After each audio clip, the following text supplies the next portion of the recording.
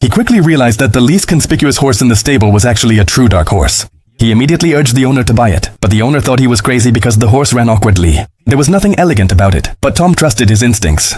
Because of his trust in Tom, the owner finally bought it at the lowest price in the place. No one expected that this little horse would one day become a legend on the racetrack. Before that, this horse was just an overlooked underdog. His name was Seabiscuit, the offspring of a former champion horse.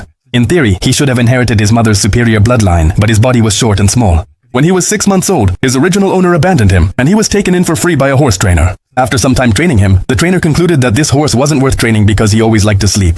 He was only half the size of other horses, but ate twice as much because the trainer tried to force him to run faster. The trainer often whipped him. Such training methods failed to bring out Seabiscuit's potential. Instead, they made him afraid of the whip.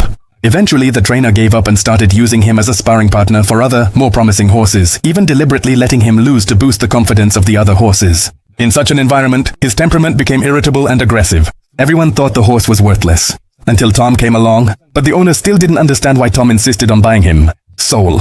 But it was actually Seabiscuit's stubbornness that gave Tom a headache. He tried many jockeys, but none of them could tame him. Some jockeys were even bitten so badly their clothes were torn. This horse is crazy, they said. At that moment, Tom noticed another rebellious soul. A young man who, when faced with 4 tough opponents, showed an indomitable spirit. Just like Seabiscuit, Tom knew he had found the right jockey. Red Dalmatian and Seabiscuit actually had similar pasts. Red was also abandoned by his family when he was still a child, worked in various stables to survive, and slept in barns at night. When he first saw Seabiscuit, he immediately understood how he felt. "I'm not afraid of you. I know who you really are." But their first trial didn't go well. Seabiscuit ran aimlessly across the field. Tom quickly saw what the problem was. It wasn't that the horse couldn't run. He had just forgotten his true nature. Now he had to relearn how to be a horse. So Tom took them to the woods and let Red ride him freely, without fences, without restrictions.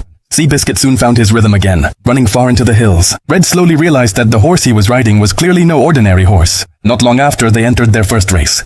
As newcomers on the track, no one expected much from Seabiscuit. Even the commentators laughed at him. But that didn't shake their confidence. When the race began, Red kept the pace steady, conserving Seabiscuit's energy until the end of the race. In the final moments, Seabiscuit suddenly surged forward, overtaking one opponent after another. A jockey no one knew, riding a horse everyone had overlooked, stunning the crowd, and ultimately winning brilliantly. From that day on, Red and Seabiscuit became unstoppable, winning 6 championships in a row. Wherever they went, they were always greeted with flowers and applause. So tell me, do you truly like this incredibly brave and utterly fearless horse?